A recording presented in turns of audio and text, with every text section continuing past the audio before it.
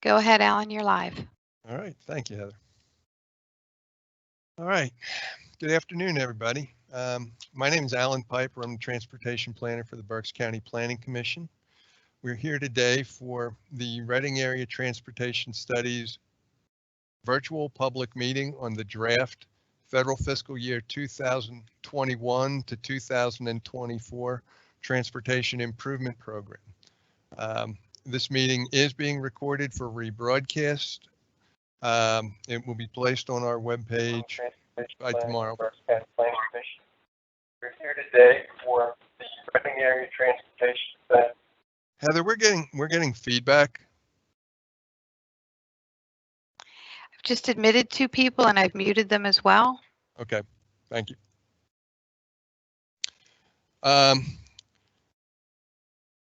On that note, a little bit of housekeeping to go through first before we get started. All participants will be muted throughout the actual presentation. We ask if you could go back and to help us identify who's participating, if you can sign into the Q&A area, identifying who you are, who you represent.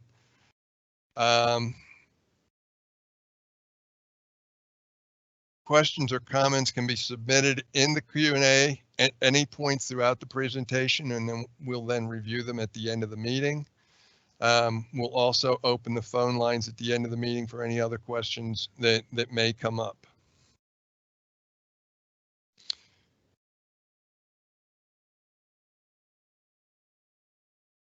As a legal requirement, there's some steps that we have to go through with the development of a transportation improvement program. One of those is that we have to have a minimum 30-day public review and comment period. We have to advertise the meetings. Copies of the public notice in both English and Spanish were sent by email last Friday to all Berks County municipalities, federal and state elected officials representing Berks County, anybody that's on the RATS mail list, all of the RATS committee members, and we are also required to notify all Native American tribes with historic interests in Berks County. An advertisement was placed in the Sunday Reading Eagle. It was also in both English and Spanish. The public review and comment period formally began last Monday, June the 1st, and it will extend through July the 6th, 2020 for a total of 36 days. During that period, public meeting must be held. Normally we do this in person. Obviously we can't do that these days. So this virtual meeting will constitute our public meeting. As I mentioned, we are recording this meeting and we'll be posting a link to reviewing the recording of the meeting on our webpage within 24 hours of its conclusion today. In that way, anybody that misses the meeting or would like to go back and look at review any points in the meeting will have that opportunity. That will remain available on our webpage through July the 6th.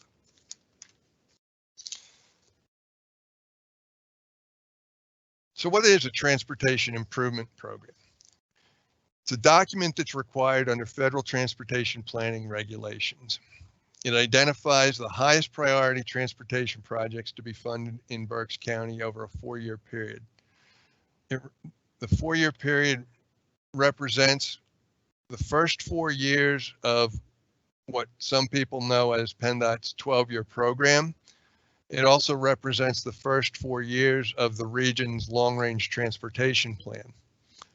It's a multi-year program of projects intended to be implemented, but inclusion in this list does not guarantee that a project will be implemented. Different things may impact that, primarily funding issues,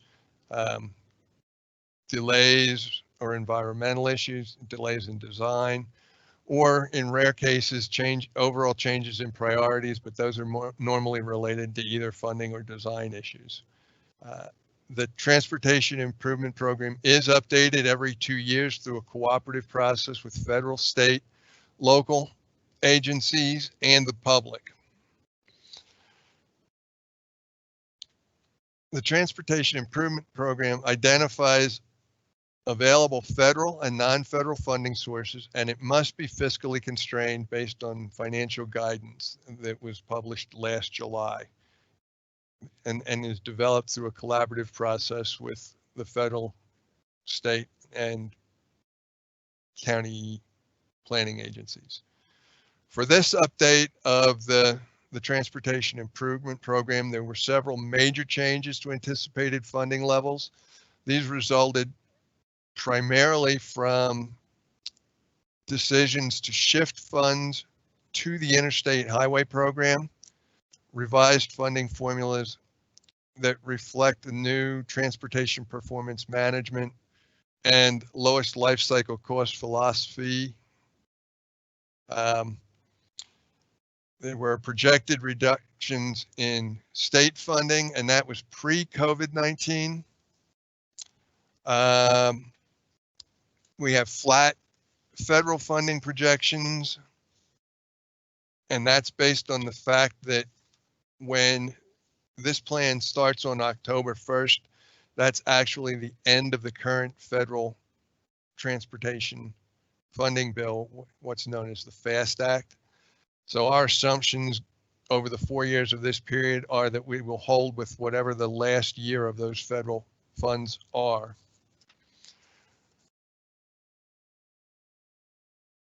The net result of those changes are that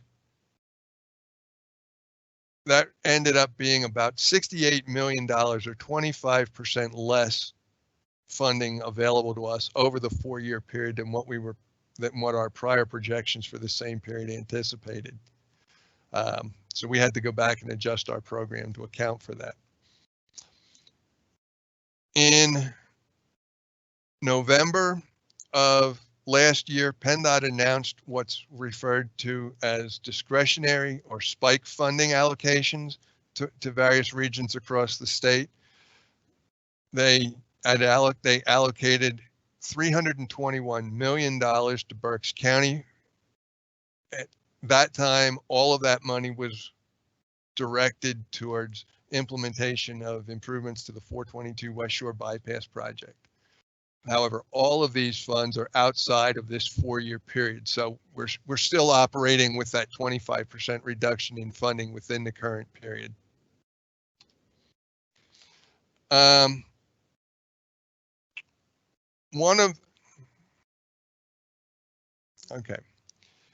plan was developed by using this following process. First thing we do is we go back and we solicit candidate projects from municipalities, interested parties. We go back, we review the prior program, see which projects have advanced, which haven't. And based on those two inputs, we develop a preliminary set of priorities. We then had a series of 9 meetings with PennDOT between September of 2019 and January of 2020 to go through and try and match those priorities for highways and bridges with the available funding. Not only must our transportation improvement programs be fiscally constrained by year, they also have to be fiscally constrained based on the program of highway funding as well. So it's a real, if there's Sudoku fans out there, it's a real Sudoku project to go through. We also coordinate with the South Central Transit Authority and BARDA on developing a list of transit projects. And an initial draft project listing was submitted to PennDOT in late December of 2019. Based on comments and concerns that were expressed regionally regarding limited improvements to the 222 North Corridor on that initial December draft, we had meetings with PennDOT and area legislators, and we were able to get their approval to consider shifting a portion of those spike discretionary funds over to US 222 North. So we went back and we looked at that, and a revised draft program was submitted in February of 2020. The RATS Coordinating Committee approved the final draft of projects at their April meeting, and based on that, Planning Commission staff working with PennDOT prepared the documents that are being presented and are available on our webpage today. For the 21 to 24 period, our transportation improvement program contains 128 projects with a total investment of almost $275 million. There are 107 highway and bridge projects representing about $212 million, and another 21 transit projects representing about $63 million. The document also identifies 5 projects in Berks County included on the statewide Interstate program with a value of $117.6 million. The Interstate program is administered completely separate from our regional transportation improvement program. When taken together, the program investments break out about as followed: bicycle and pedestrians, improvements 1.1 million, bridges 76.6 million, intermodal congestion mitigation and air quality in transit 66.5, but most of that is actually the transit program. Roadway improvements are 126.7 million. The interstate program is 117.6, and miscellaneous, which is various administrative programs, 3.8 million. All of these are spread over the 4-year period.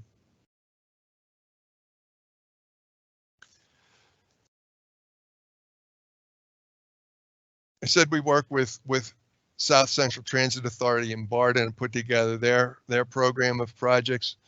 Highlights of that are there's a significant amount of funding that's used for operating assistance. That's the operational subsidy that riders receive. It's also funding used for preventative maintenance to the vehicles and the provision of Americans with Disability Act services throughout their system.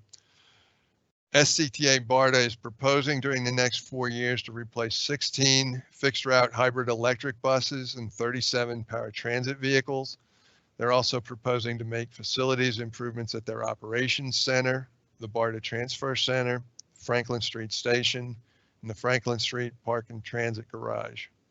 There's also proposed upgrades to the automatic vehicle locator, the farebox, and IT systems, bus shelter replacements, and an update of their transit development plan. On the highway side, projects are scattered throughout the county. This is just an overview to give you an idea. Red projects are highway projects. The yellow dots are bridge projects. The blue lines or dots are interstate. And the green triangles are transit projects. And I know this is hard to see on here, so we've broken it out by the county. So let's take a little tour of the various regions of the county. The western end of the county, there's really not a whole lot during the next 4-year period. There's a couple of bridge replacements on 419, just above Womelsdorf and about up in Tulpehocken Township, and a bridge replacement on 645 where it goes over the Swatara Creek between Tulpehocken and Bethel Township. And there's the beginning of a project to resurface portion of Interstate 78 that begins at Midway and heads east towards Hamburg. There were some pretty big projects that were just completed in this area over the last couple of years. The reconstruction work on the 422 corridor from Womelsdorf into Sinking Spring. And just earlier last year, we finished the intersection improvement at 183 and New Schaeferstown Road just north of Burnville. If we shift over to the northern part of the county, this is, other than the urban area itself, this is where the most amount of work will be occurring over the next 4 to 10 years. I talked about the interstate projects before that began at Midway. The first project extends from Midway to Charlottesville, and then there's a second project that extends from Charlottesville to just west of Route 61. Again, that's resurfacing of the interstate. In the Hamburg area, there's a project to replace the bridge that goes over Interstate 78 on Route 61, as well as rehabilitate and widen the bridge that carries 78 over the Schuylkill River. That'll also include modifications to the interchange with Route 61 in that area to get rid of those deficient ramp connections between 61 and Interstate 78. There's another pavement project just to the west of Lenhartsville. The bridge and interchange at Lenhartsville will be modified. The bridge will be replaced and widened, and the ramps, the deceleration and the acceleration lanes will be improved. And while it doesn't show up on here, work will be continuing on the reconstruction of Interstate 78 that extends from Lenhartsville all the way over to the Lehigh County line.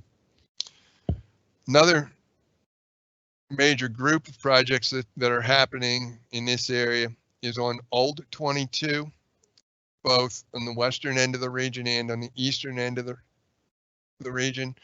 Old Route 22 had been for a number of years, had originally been a state road. It was turned back to the municipalities, and over the last couple of years, PennDOT has been working to reclaim ownership and maintenance responsibility of that corridor. In this western area, there will be pavement restoration, and then also between Strausstown and the Upper Burn Township, there's a series of small bridges and culverts that will all be either repaired or replaced, as well as a bridge replacement right on the border between Upper Burn and Upper Tulpehocken Township. There'll also be a pavement restoration project that extends from Crumbsville to the Lehigh County line. That's a complement to work that was done last year that extended from Lenhartsville to Crumbsville. Within and on Old 22, within Hamburg itself, the State Street Bridge over Mill Creek will be replaced as well. There'll be a number of projects that are done on Route 61 that extend from Perry Township up to the Schuylkill County line. We'll be looking at installing median barriers between Zion's Church Road and 4th Street, pavement restoration. The intersection at 4th Street will be reconfigured. There will be some work on bridges that extend and pavement that extend from 4th Street up to Interstate 78. The biggest of those is rehabilitation or preventative maintenance work rather on the main bridge on Route 61 that goes over the Schuylkill River. We had intended to do a much more extensive rehabilitation of that bridge, but that was one of the casualties of losing funding over this period. So instead of doing a full rehabilitation, we're just doing preventative maintenance work.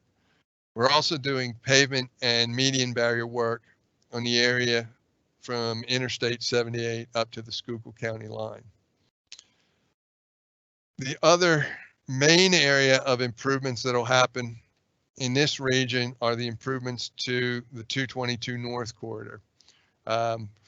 Between the end of the road to nowhere down in Onaloney and Maiden Creek Township up to the Kutztown bypass, and then work at the intersection of Long Lane just to the east of the Kutztown bypass. Show a little bit more detail in the next slide. Had a whole series of projects that we're working on this corridor. The first project was the completion of the roundabout at 222 and 662 that was done in 2018 at a cost of about $7 million. We then moved into the construction phase last year of the section that goes from Onaloney Township to just past Schaefer Road in this area. 222 is being widened to 4 or 5 lanes in each direction.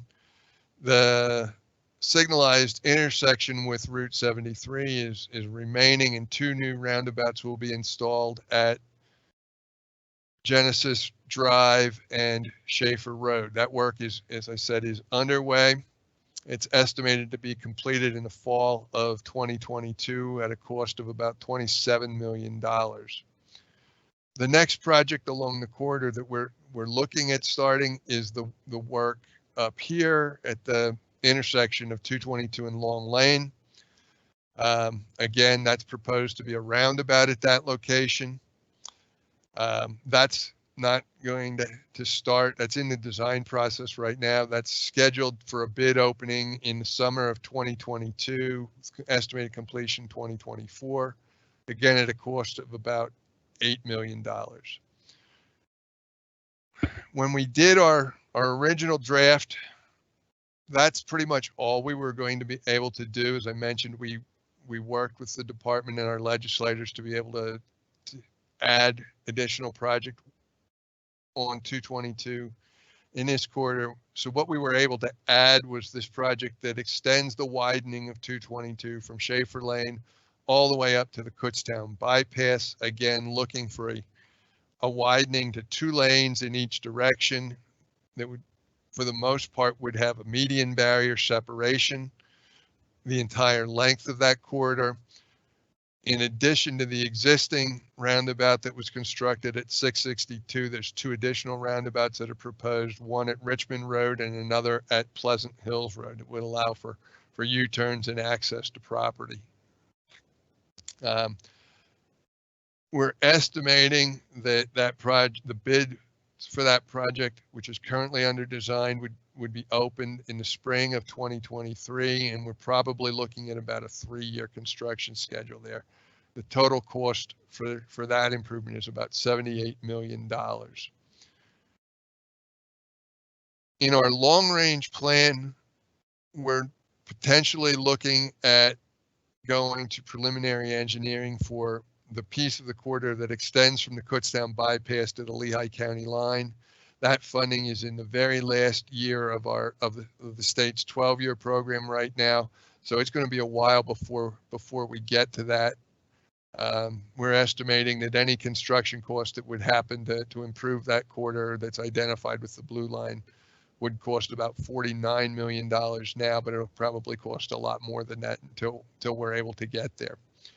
And just to be consistent with what's happening along the corridor, there is another project that's just across the Lehigh County line. It's not on our tip, but for informational purposes, PennDOT and Lehigh County, the Lehigh Valley Planning Commission, will be opening bids for a project this summer for a roundabout at the intersection of 222 and PA 863, which would also incorporate the intersection with Shantz Road. That project's expected to go for about 3 years and cost about $15 million.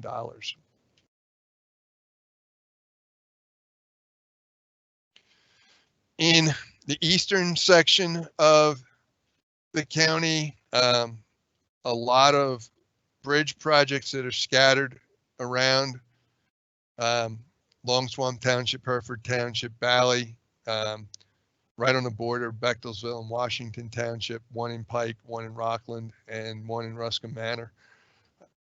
We've got some highway projects that are in design in this area. In the Route 12 corridor, the first of which begins down at the area where Elizabeth Avenue comes out. There's a nasty intersection down there. We're looking to address that intersection in a project that extends from there up to and including the intersection with Skyline Drive in Alsace Township. We're also looking at a project to do turning lanes in the Alsace Manor section of Alsace Township on Route 12. And we'll also be looking at reconstructing the intersection of Route 12 and Route 73. We had originally looked at putting a roundabout at that location, and after they went through the whole design process, it was determined that it was more feasible to use just left turn lanes on all 4 approaches. So that's what's going to be implemented up there. We also show these 2 dots here, and that's the completion of the work that's currently underway out in that at Ole right now for the 2 roundabouts in that area. The southern section of the county, again, a limited amount of projects. Bridge replacement on Route 10 down at Carnarvon Township, New Morgan Borough. A couple of bridge projects on 568 and 724 in Robinson Township. Bridges in Douglas, Amity Township, Exeter Township, and then there's a combined bridge and intersection project being done on Shelbourne Road where it intersects with Gibraltar Road. The bridge carrying Gibraltar Road over the Antietam Creek will have a new superstructure placed on it and widening to accommodate a turning lane.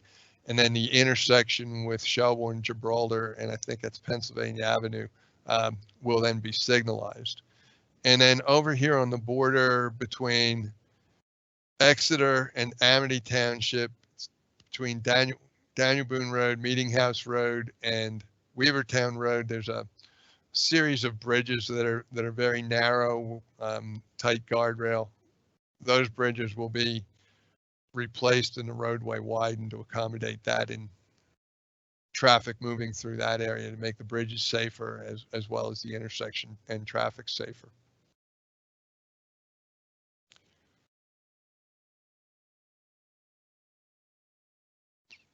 We get into the urban area. There's a lot of red lines on here, but a lot of this, at least over the next 4 years, is engineering and develop associated work, getting ready to work on the US 422 reconstruction project. Besides that, there a bridge in Coomer Township, upgrades to the fall safety protection fencing along Route 724 in Coomer Township. There's bridge replacement on Schuylkill Avenue, Center Avenue, and 5th Street in the city of Reading. Bridge improvements on Carsonia Avenue in Lower Alsace Township. Bridge replacement on Bellevue Avenue in Muhlenberg Township, and starting of design for a bridge replacement on Dwight Street in Spring Township. Roadway projects that are proposed to occur in the area is reconstruction of paving on, God, I'm drawing a blank right now. Chestnut Street in the city of Reading. That's this line right here. There's a safety project and paving project that'll go in on Spring Street in the city. And there's work that we're looking at right now to provide access to the Dana brownfield site proposed for industrial reuse in that area. There's proposed improvements on portions of Route 222 and Route 12. In the Glen site area of the city, we're looking to repave that, but also make improvements to the accel and decel ramps that go up to Route 183. There's a project in the design phase to work on improvements to southbound 222 where it merges into the West Shore bypass to add more safety and capacity to that area. We're also potentially looking at doing some additional work going in the northbound direction in that area as well. And this portion of 222 and 422 that comes into West Lawn, which is some of the oldest original pieces left of the West Shore bypass, will have concrete repairs and resurfacing done on that. We've also got a study that's proposed to begin looking at congestion and safety issues on State Hill Road that extends from the intersection with Penn Avenue all the way out to the Spring Township line. At this point, we're not entirely sure exactly what that will be. We're probably looking at doing widening of the choke points in that area and looking at better signal coordination and promoting better turning movements. We're also working on a project, the design for a project that would look at reconstructing the intersection between 724 Penn Avenue and Van Reed Road and Mull Avenue in Sinking Spring. That would be a complement to the work that's being proposed by the borough at the other intersection further out at Kukuzing and Columbia Avenue and Penn Avenue. And then there's a piece of pavement restoration that's included up here on 222 that goes from Route 61 and actually should extend all the way up to the work on Business 220, well, not Business 222, but up to the widening work that's going underway in Maiden Creek Township at this point in time.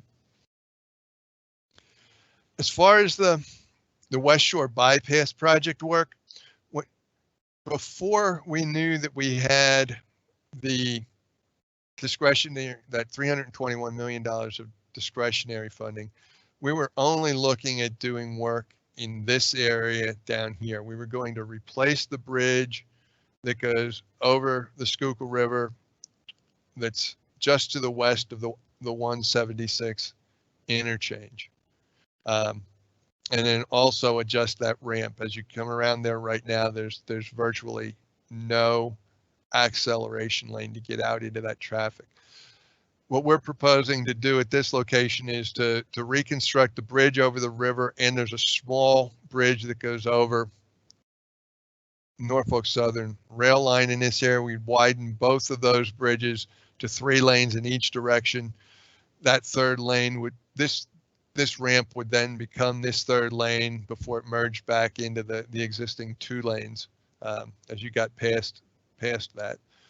We'd do preventative maintenance work on the eastern bridge over the Schuylkill River as you're heading towards Exeter Township, and additionally preventative maintenance work on the bridge over by Fritz's Island, and it goes over Brentwood Drive over in this area. And then we get into the main area of the proposed improvements on the West Shore bypass. As I said, we're currently in the preliminary engineering phase. That extends all the way from Route 12 all the way over to here. The area that we're going to be looking at moving into a phase 1 project in addition to this bridge work would extend from east of Lancaster Avenue all the way up to the Buttonwood Street overpass. We're looking at widening that entire corridor to 3 lanes in each direction. The interchange with Lancaster Avenue and the interchange with Penn Avenue would both be completely redesigned. We'd also be looking at improving Lancaster Avenue, the intersection with Lancaster Avenue and Route 10, and that would tie into the ramps to the revised intersection. It would also include the replacement of the Binghamton Street Bridge over the Schuylkill River in this area. And then there's also adjustments that we would make to bicycle and pedestrian facilities, particularly the Schuylkill River Trail as it moves through this area, and to making sure that we have both bicycle and pedestrian access back and forth across the river at Lancaster Avenue and at Penn Avenue. We're looking probably at what will be a total of somewhere over $300 million worth of improvements to that corridor. However, none of that will happen in the next 4 years. The discretionary funding is not available until 2026. So we're looking at the potential of opening bids at that point in time, with probably about a 4-year construction period to do all of the work that we're showing on this plan. We would be looking in our long-range plan at, excuse me, at some point to come back and complete the reconstruction that would extend from Buttonwood up to Route 12.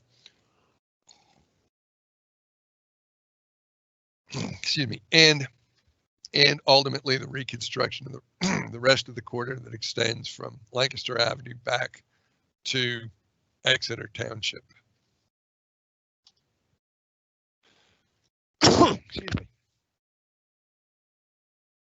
In addition to the Transportation Improvement Program, there are two other documents that that we're required to take out for public review and comments.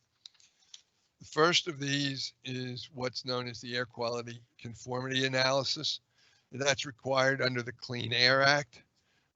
We're required to demonstrate that our plans, programs, and projects meet transportation conformity requirements of the Clean Air Act and applicable state implementation plans in non-attainment areas. Berks County is currently a non-attainment area for both the 1997 and the 2008 8-hour ozone standards. Our conformity determination has to include an assessment of future highway emissions and must show that the required tests were met for each of the analysis years that are performed. We go through an interagency consultation process that involves PennDOT, the various MPOs, DEP, and I believe EPA participates in that as well, to determine what models and analysis years and tests have to be used. We did 5 years of modeling for 2024, 2025, 2035, 2045, 40, and 2045. That models both our base network and includes any proposed improvements that will be completed in any one of those modeling years. The model outputs are then run through an EPA air quality model that estimates total emissions. And the end result of all of that work showed that the draft 2021 Transportation Improvement Program and the proposed projects throughout the balance of the 12-year program and the long year program do in fact conform to the air quality SIP and EPA requirements. This is just a copy of the output from those runs. This column shows the budgets in terms of tons per day for volatile organic compounds rather, and nitrogen oxides. The budget for VOC is 7.5 and we are clearly less than that in all of the modeling years, and it actually goes down significantly over the plan period, and the same thing holds true for the nitrous oxides. We do pass in each one of those model years. The third document that we're required to take out for public review and comment at this point in time is what's referred to as an environmental justice summary. It's required under an executive order and is based on Title VI of the Civil Rights Act. It essentially requires any recipients of federal aid to certify and ensure non-discrimination in the use of those funds.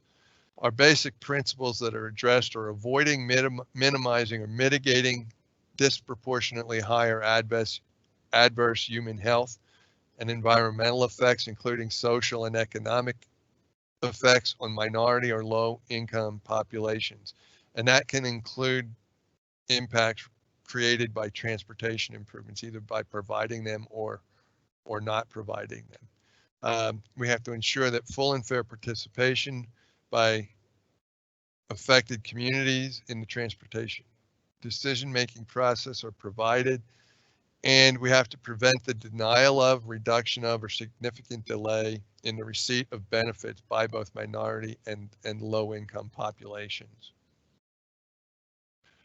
The report itself identifies concentrations of minority and low-income populations throughout Berks County. It then goes through and looks at a number of factors, including bicycle crashes involving motor vehicles, pedestrian crashes, and fatalities, bridge and pavement conditions, not only where there are bad bridges, but also identifying where there are excellent bridges or pavements, where transit service was provided, and where all of the projects in the Transportation Improvement Program or the Long Range Transportation Plan are, and evaluates those against those locations for minority and low-income populations. In the end, the report found no disproportionate high or adverse impacts, but does recommend that we careful consideration of these issues as we move forward in future updates of the program. And this is just an example of one of the slides that we looked at. The colored areas, the yellow, the orange, and the red, are the highest concentrations of low-income populations around the county, and the lines and the dots on the map represent where our projects are located. And that same type of mapping is available for all of those factors that I discussed on the previous slide. So that's our process. What happens next? Obviously, we are in a public review and comment period. It extends through July 6th of this year. Comments can be submitted in the Q&A box to this meeting or verbally today.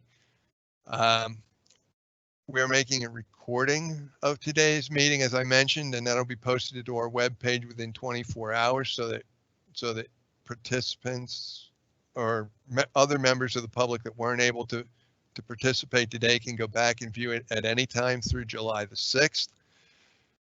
Following conclusion of this meeting, and also you could have done this before, any comments could be submitted either by mail to the Planning Commission at that address, or could be submitted via email at our email address, planning@countyofberks.com. Any comments that we received must be reviewed by our committees prior to their adoption of the plans. We have to prepare responses and issue those responses back to the commenters. So if you're making comments, please let us know who you are so we can get back to you. The RATS committees are scheduled to adopt the plan on at their meeting on July 16th. Following that, we then submit it to the state, who combines our plan with all of the other plans from all of the other regions across the state. We anticipate that will then be adopted by the State Transportation Commission on August the 13th of this year. They then forward it to the U.S. Department of Transportation, where the Federal Highway Administration and Federal Transit Administration reviews all of those plans together, hopefully by September 30th of this year. And then the implementation of the Transportation Improvement Program would begin on October 1st, which is the first day of the federal fiscal year. At this point, I'd like to open the floor to comments. For those of you that are on the phone that were muted, if you press *6, that will allow you to be unmuted. Mike Golembeski from our staff has been monitoring the question and answer section. Mike, are there any questions or comments so far? Good afternoon, Alan, and good afternoon to everybody attending. We actually do not have any questions so far. I would make a request, though, that if you called in on your phone, could you please type into the Q&A box the last 4 digits of your phone number and who you are, just so we can have an accurate accounting of who is attending this afternoon. Again, if you have any questions, you can either feel free to unmute your phone at *6 or just type them right into the Q&A box and we'll take them as they come in. Okay, thanks, Mike. We know that there's a little bit of a delay, so we're going to give you folks a minute or two to respond if you're looking at submitting anything at this point in time. Okay. Heather's reminding me of some details here. If they're on their phone, they can't type into the chat box. So if they could at least tell us. Right. I'm sorry. Yeah, exactly. Just the last 4 digits of your phone number, and verbally tell us who you are. We'd appreciate it. Good afternoon, Mike. Hi, Jim Mosca with PennDOT. I am just on my cell phone here, so I listened to the session. Thank you. Thanks, Jim. What are the last 4 digits, please? I'm sorry? Just the last 4 digits of your phone number, Jim, so we can tell who you are. Oh, I'm sorry. 6802. Thank you, sir. Thank you.